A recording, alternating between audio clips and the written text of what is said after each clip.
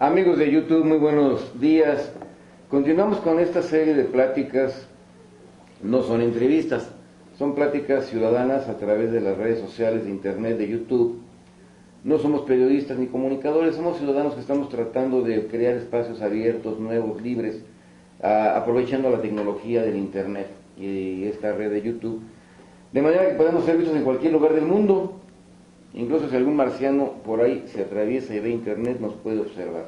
En esta ocasión estamos nuevamente aquí en el Poder Judicial del Estado de Guanajuato y quiero agradecer al magistrado Sebastián Barrera que nos hace el favor de recibirnos. Muchas gracias, magistrado. Al contrario, don Javier, pues muchas gracias.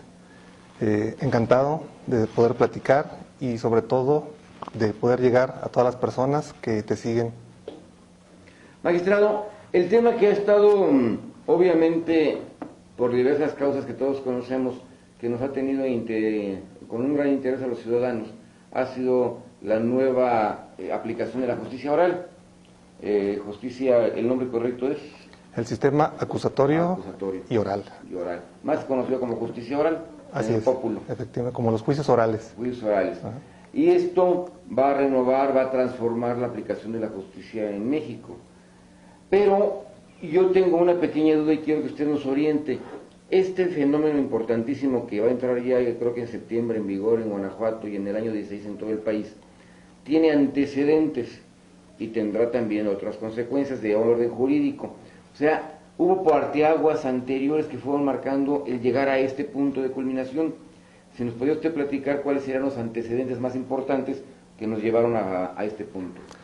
Sí, claro que sí, cómo no. Bueno, lo que pasa es que en México hemos tenido una gran transformación en el sistema jurídico que comienza desde mediados del año 2002, 2003, por ahí, por reformas propuestas por el entonces presidente Fox, comenzando con la justicia para adolescentes, un sistema de justicia para adolescentes. Pero aquí lo importante que habría que resaltar es que ha sido todo un proceso para tener mayor seguridad pública, para tener mayores herramientas para poder juzgar, para tener mayores herramientas para poder juzgar a los delincuentes, pero también mayores garantías para todas las personas. Siempre lo que se buscó fue la transparencia. En alguna ocasión se mencionaba algo así como la solución al problema de seguridad pública en México, que realmente pues no es para tanto, pero sí contribuye de cierta forma. Entonces comenzamos con una evolución en nuestro sistema jurídico a partir más o menos del año 2005, en que hubo reformas al sistema de justicia para adolescentes. Ahí se propuso que los menores de edad podían ser juzgados, podían ser sometidos a un proceso que tuviera consecuencias, pues no tanto de prisión, pero sí de un tratamiento de reintegración, un tratamiento de internamiento. Se estableció que podían ser sujetos del derecho desde los 14 hasta los 18 años y de internamiento, pero también entre los 12 y los 18 años también podían ser sujetos de alguna consecuencia jurídica, pero más bien orientado a su protección y a la orientación del menor en cuanto a su situación específica. Esto no fue una obra nada más de la ocurrencia. Esto tiene pues un antecedente muy importante, que es una corriente a nivel internacional que se estableció desde los años 80. Con las reglas de Beijing siguió evolucionando esta parte de la protección a los niños, a los adolescentes en conflicto con la ley penal. Fueron la Convención de los Derechos del Niño a finales de los años 80, que también se estableció que la mayoría de edad fuera la diferencia entre aplicar el derecho penal para los adultos y el derecho penal para los menores. No todos los países tienen la mayoría de edad, como en México, a los 18 años. Hay países que se establece que la mayoría de edad se adquiere antes de tener los 18 años. Luego vienen las reglas de la ONU para la protección de los menores privados de su libertad, que es del año 90. En México se suscribieron estas convenciones, estos tratados, se publicaron y estuvieron vigentes a partir del año de 1991. Toda esta parte de toda esta corriente se recepta en la Ley para la Protección de los Niños, Niñas y Adolescentes, que data del año 2000. Se receptan algunas de las cuestiones más importantes, como cuando el menor entra en conflicto con la ley penal, se debe de tener un debido proceso, se deben de darle todas las garantías que se le dan a los adultos cuando son juzgados, también a los menores. El derecho a la defensa, el derecho a un intérprete en su caso, el derecho a la orientación jurídica, tanto al menor como a sus padres, y todas las reglas que se aplican para juzgar a los mayores de edad. Luego viene la gran reforma importantísima en el año 2005. Aquí se reformó el artículo 18 constitucional, se estableció que los adolescentes debían ser juzgados por una instancia diferente a la instancia que investigó, a la instancia de procuración de justicia, y entonces aquí hubo una transformación también muy profunda en nuestro sistema jurídico y se estableció que el menor debía ser juzgado por una autoridad jurisdiccional, que no podía ser juzgado por una autoridad administrativa. Y entonces, bueno, obviamente que esto implica mayores derechos, mayores garantías. Se establece ahí mismo en esta reforma constitucional del 2005 cuestiones de vanguardia, por ejemplo, la conciliación durante el procedimiento seguido a los menores, cuestiones todas estas que en su conjunto, desde la corriente que viene desde los años 80 hasta la reforma constitucional del 2005, se receptó en la Ley de Justicia para Adolescentes del Estado de Guanajuato, del año 2006. A partir del año 2006, de septiembre de 2006, comenzó a tener vigencia un nuevo sistema integral de justicia para adolescentes en el Estado de Guanajuato. Empezamos con una ley de vanguardia, una ley que ya tiene algunos sesgos de justicia oral, algunas cuestiones de vanguardia en ese momento, como es la aplicación de medios alternativos de solución de conflictos. O sea, no nada más sancionar por sancionar, perseguir y sancionar un delito, sino que pudiera haber un arreglo con las partes, de que se pudiera resarcir el daño. Comienza a tener eco la justicia restaurativa, que es algo importantísimo dentro de la ley penal, ahora la más moderna. Bueno, esto fue el primer cambio radical, el parteaguas histórico a nivel de justicia para adolescentes. Luego viene la gran reforma de 2008, se instauran los juicios, los famosos juicios orales, los conocidos como juicios orales, que no es más que la instauración de un sistema acusatorio y oral con ciertos principios. Aquí, en esta parte, se establecieron también cambios profundos en la legislación.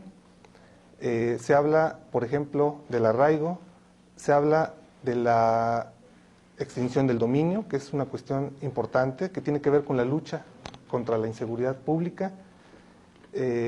Tiene otros cambios también en razón de quién va a imponer, pero también quién va a ejecutar las penas de prisión. Se otorgan mayores garantías a los privados de su libertad y a cualquier persona que está sujeto a una medida o a una sanción de carácter penal. Se establece con esto, prácticamente se da pauta para la instauración de los jueces de ejecución. Tradicionalmente, en la ejecución de la pena de prisión principalmente, el Ejecutivo es el que tiene a su cargo esta parte del procedimiento penal. Los internos, todos los beneficios, los sustitutivos de prisión, en esa parte los puede otorgar el Ejecutivo actualmente. Bueno, pues ahora los va a otorgar un juez. ¿Esto de qué nos sirve? Bueno, en primer lugar que le da mayores garantías, que una autoridad jurisdiccional experta en el tema pueda otorgar beneficios de libertad a una persona que está ejecutando su pena de prisión. Eso es lo principal de esta reforma, podemos decir, pero también se establecen las atribuciones tanto de las autoridades jurisdiccionales como de las autoridades administrativas en esta materia. Ahí se menciona desde desde la Secretaría de Finanzas, la Secretaría de Desarrollo Social, la Secretaría de Economía, no me acuerdo cuál es el nombre exacto, de Desarrollo Económico y Social en el Estado de Guanajuato, de la Secretaría de Educación. Todas estas secretarías que pertenecen al Poder Ejecutivo también convergen de alguna forma en la reintegración de una persona a la sociedad.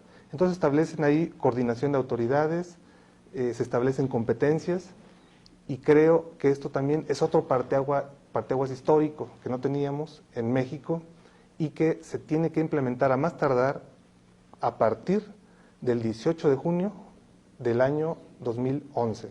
Tenemos que la ley, la reforma constitucional se hizo en el año 2008, se dieron 3 años para lo que es los jueces de ejecución, para tener ya funcionando. Este plazo vence el 18 de junio, que fue cuando se publicó la ley, del año 2011. Después de aquí vienen otras cuestiones que han marcado un parteaguas histórico en cuanto a la aplicación de la justicia penal.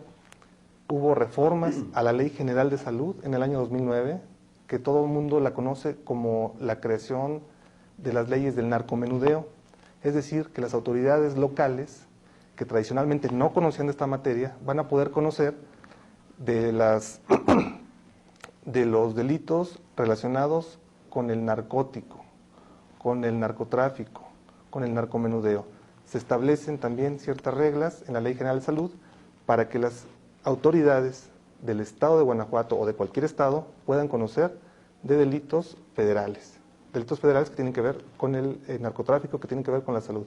Ahorita podemos hablar de cuáles son esas reglas de competencia, que son muy importantes. Bueno, esto ha dado pauta, también esta reforma del 2008 y las que hemos venido comentando, da pauta para tener una nueva ley de la prevención y ataque al delito de secuestro. Tenemos una nueva ley del Sistema Nacional de Seguridad Pública, tenemos una ley para prevenir y sancionar la trata de personas, tenemos una ley de extinción de dominio y una serie de leyes federales que sirven más que nada para establecer las competencias y la coordinación entre autoridades federales, estatales y municipales. Normalmente en todas las leyes convergen autoridades federales y autoridades estatales. La finalidad de estas leyes principalmente es el combate al crimen organizado, y creo que es la parte que normalmente desconocemos de lo que hacen nuestras autoridades federales en relación con el delito. Aquí entra el Congreso de la Unión con estas leyes, entran las iniciativas del presidente de la República, entran las iniciativas de los estados. Se ha hablado, por ejemplo, del mando único, que es otra de las partes pendientes, del mando único en la policía, ¿verdad? Entonces, son parte que todavía queda de esta reforma. Si ustedes recuerdan que Vicente Fox hablaba de que necesitábamos una reforma constitucional para mejor combatir a la inseguridad pública. Bueno, pues las reformas ya se dieron, pero las reformas son, por un lado, para dar mayores instrumentos al Estado para la lucha contra el crimen organizado y, por otra parte, mayores garantías a los que van a ser sujetos a un proceso penal. Pero lo más importante de todo creo que ha sido la transparencia, para que todo se haga de cara al público en general, de cara a los ciudadanos, para que cuando se juzgue una persona, todo el mundo sepa qué hubo en ese juicio, para que todo el mundo vea la actuación del juez, para que todo el mundo vea la actuación del Ministerio Público y se pueda forjar una opinión de lo que en realidad sucede. Ya no se van a realizar este tipo de juzgamiento en lo oscurito, que podía generar dudas.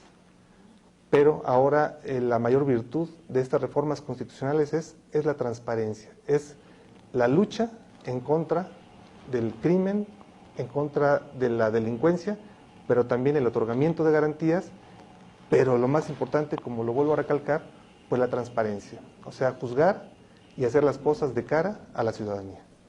Sí, definitivamente, magistrado Sebastián Barrera, amigos de YouTube, la transparencia nos va a dar una serie de garantías va a repercutir en todo, como ya lo hemos platicado en otras ocasiones, va a repercutir en la policía ministerial, en la investigación, en el Ministerio Público.